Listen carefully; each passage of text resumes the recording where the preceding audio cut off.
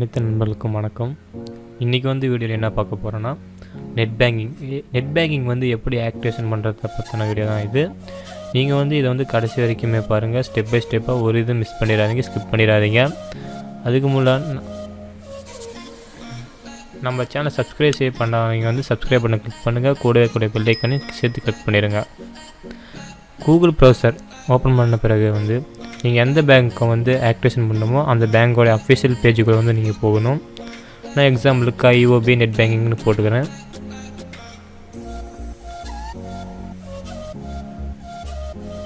Net banking நீங்கள் பார்த்தீங்கன்னா IOB net banking அப்படின்னு ஒரு ஆப்ஷன் ஃபஸ்ட்டாகவே உங்களுக்கு இருக்கும். அந்த வெப்சைட்டுக்குள்ளே நீங்கள் கிளிக் பண்ணி அந்த பேஜுக்குள்ளே போயிருங்க.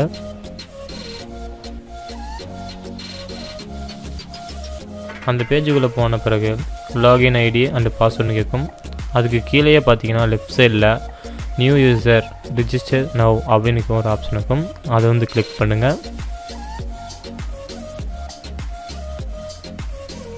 கிளிக் பண்ண பிறகு உங்களுடைய டேட்டாஸ்லாம் நீங்கள் என்ட்ரி பண்ணணும். ஃபஸ்ட்டு பார்த்தீங்கன்னா லாகின் ஐடி தனித்துவமாக இருக்கணும். அதாவது உங்கள் பேர் போட்டு ஏதாவது ஒரு எக்ஸாம்பிள் நம்பர்ஸ் போடணும். நான் எக்ஸாம்பிளுக்கு என் பேர் போட்டு ஏதாவது 1 அப்படின்னு போட்டுக்கிறேன். அதுக்கப்புறம் பாஸ்வேர்டு டிஃப்ரெண்ட்டாக போடணும், ஒரே மாதிரி இருக்கக்கூடாது. அது எப்படி போடணும்னா, நான் ஒரு நோட் பேடில் டைப் பண்ணி வச்சுக்கிறேன் பாருங்கள். அதாவது நம்மளோட பாஸ்வேர்டோட முதல் லெட்டர் கேபிட்டல்ஸ்னால் தான் இருக்கணும். கேபிட்டல் லெட்டர் இருந்தது அப்புறமேட்டுக்கு மீதி இருக்கிற நம்பர்ஸ்லாம் பார்த்தீங்கன்னா ஸ்மால் லெட்டரில் இருக்கும். அதுக்கப்புறமேட்டுக்கு நம்பர்ஸ் ஏதாவது 2-3 போடணும். அதுக்கப்புறம் சிம்பிள்ஸ் அது ஏதாவது ஒன்று வச்சுக்கணும். இந்த மாதிரி நீங்கள் பாஸ்வேர்டு இந்த மெத்தடில் வச்சிங்கன்னா தான் உங்களுக்கு பாஸ்வேர்டு அப்செட் ஆகும்.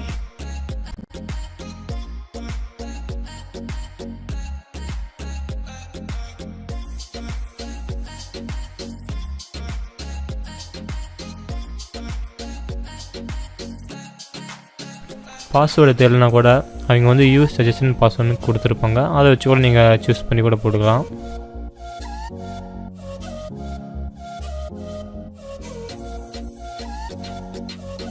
மேலே இருக்கக்கூடிய பாஸ்வேர்டையே நீங்கள் கீழேயும் கொடுக்கணும். கன்ஃபார்ம் பாஸ்வேர்டு அது நீங்கள் கரெக்டாக போடுறீங்களான்னு செக் பண்ணிக்கோங்க. அதுக்கப்புறம் டேப் அழுத்தினா மிஸ்டரா மிஸ்ஸஸானு கேட்கும். மிஸ்டர் கொடுத்துக்கோங்க. அப்புறம் ஃபஸ்ட் நேம் உங்களோட நேம் கொடுத்துக்கணும். உங்கள் நேம் கொடுத்த பிறகு மிடில் நேம் கேட்கும். மிடில் நேம்பரையும் கொடுத்துருங்க. அதுக்கப்புறமேல பார்த்தீங்கன்னா லாஸ்ட் நேம் அப்படின்னு கேட்கும். அந்த லாஸ்ட் நேம் உங்களோட ஃபாதர் நேம் தான் போடணும். கொடுத்த பிறகு டேப் அழுத்தினா ரெசிடென்ஸ் ஸ்டேட்டஸ்னு கேட்கும். அதை நீங்கள் ரெசிடென்ஸ் இந்தியன் அப்படின்னு நீங்கள் கிளிக் பண்ணிக்கோங்க.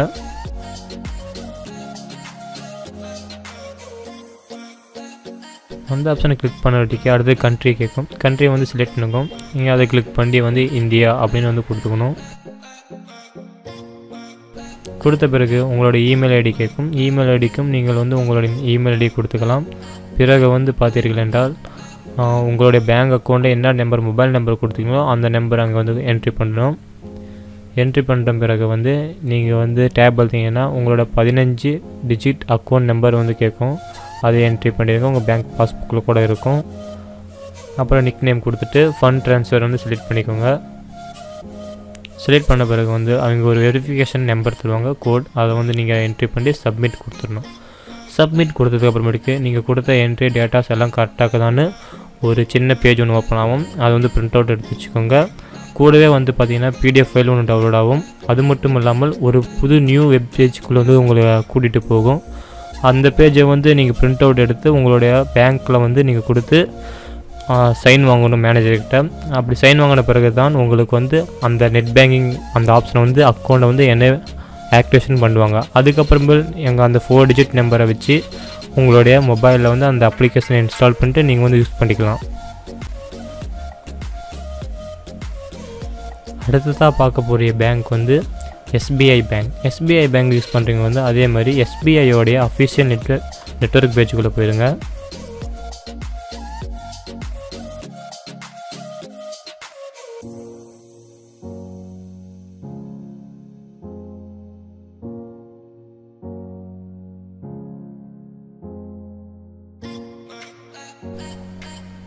அவங்களோட அஃபிஷியல் பேஜுக்குள்ளே போனவாட்டிக்கு முதல்ல வந்து பார்த்திங்கன்னா பர்சனல் பேங்கிங் அப்புறம் கார்ப்பரேட் பேங்கிங் அப்படின்னு கேட்கும். நம்ம வந்து அதிகமாக பெரும்பாலும் பர்சனல் பேங்கிங் தான் யூஸ் பண்ணுவோம்.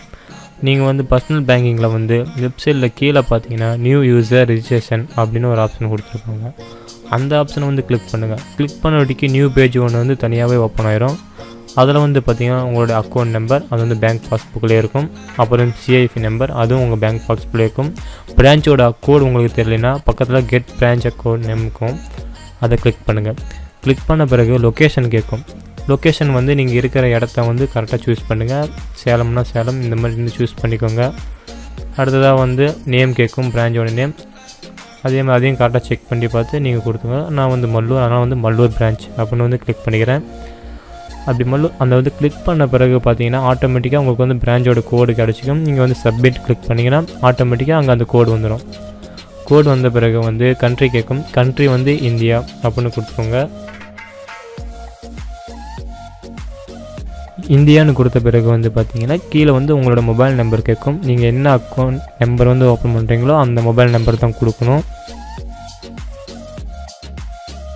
அந்த நம்பர் கொடுத்த பிறகு கீழே வந்து பார்த்தீங்கன்னா உங்களுக்கு இன்னொரு ஆப்ஷனும் இருக்கும்.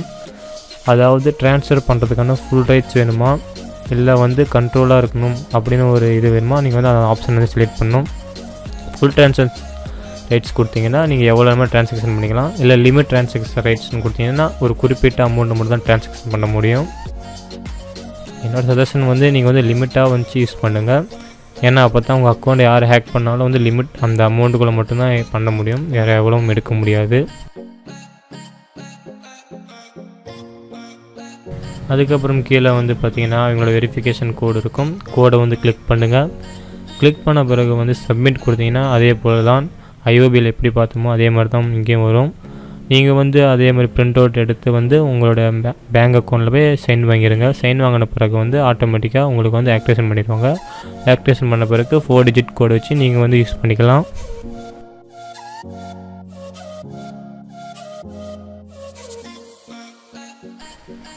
அடுத்ததாக ஐசிஐசி. இந்த பேங்க் வந்து பார்த்திங்கன்னா ரெகுலராக நம்ம இப்போ 2 பேங்க் பார்த்தோம்ல அதே மாதிரி தான் இதுலேயும் மெத்தட், வேறு எதுவுமே கிடையாது, எந்த ஒரு மாற்றமும் கிடையாது. அதே போல் அவங்களோட அஃபிஷியல் பேஜுக்குள்ளே போங்க. அவங்களோட அஃபிஷியல் பேஜுக்குள்ளே போன பிறகு வந்து பார்த்திங்கன்னா ரைட் சைடில் வந்து ஒரு ஆப்ஷன் வந்து கொடுத்துருப்பாங்க. அதாவது வந்து நியூ யூசர் அப்படின்னு. நியூ யூசரை கிளிக் பண்ணுங்கள். நியூ யூசரை கிளிக் பண்ண பிறகு ஒரு பேஜ் ஒன்று ஓப்பன் ஆகும். பேஜ் ஓப்பன் ஆன பிறகு வந்து பார்த்திங்கன்னா மேலே வந்து லாகின் அப்படின்னு ஒரு ஆப்ஷன் இருக்கும். பக்கத்தில் சர்ச்சின் ஒரு பட்டன் இருக்கும். அதை கிளிக் பண்ணிங்கன்னா அப்படியே டவுன் பண்ணி பார்த்தீங்கன்னா வந்து உங்களுடைய நியூ யூசர் அப்படின்னு ஒரு ஆப்ஷன் இருக்கும். அதை கிளிக் பண்ணி நீங்கள் வந்து மேனுவலாக வந்து நீங்கள் வந்து எப்படின்னு பண்ணி பார்த்துக்கலாம். அது மட்டும் இல்லாமல் அவங்கள டீட்டெயில்ஸ் கொடுத்துருப்பாங்க. அதை படித்து பார்த்தும் நீங்கள் வந்து கிரியேட் பண்ணிக்கலாம். இது போன்று தான் வந்து அனைத்து பேங்க்லும் வந்து யூஸ் பண்ண முடியும், நம்ம வந்து ஆக்டிவேஷன் பண்ண முடியும்.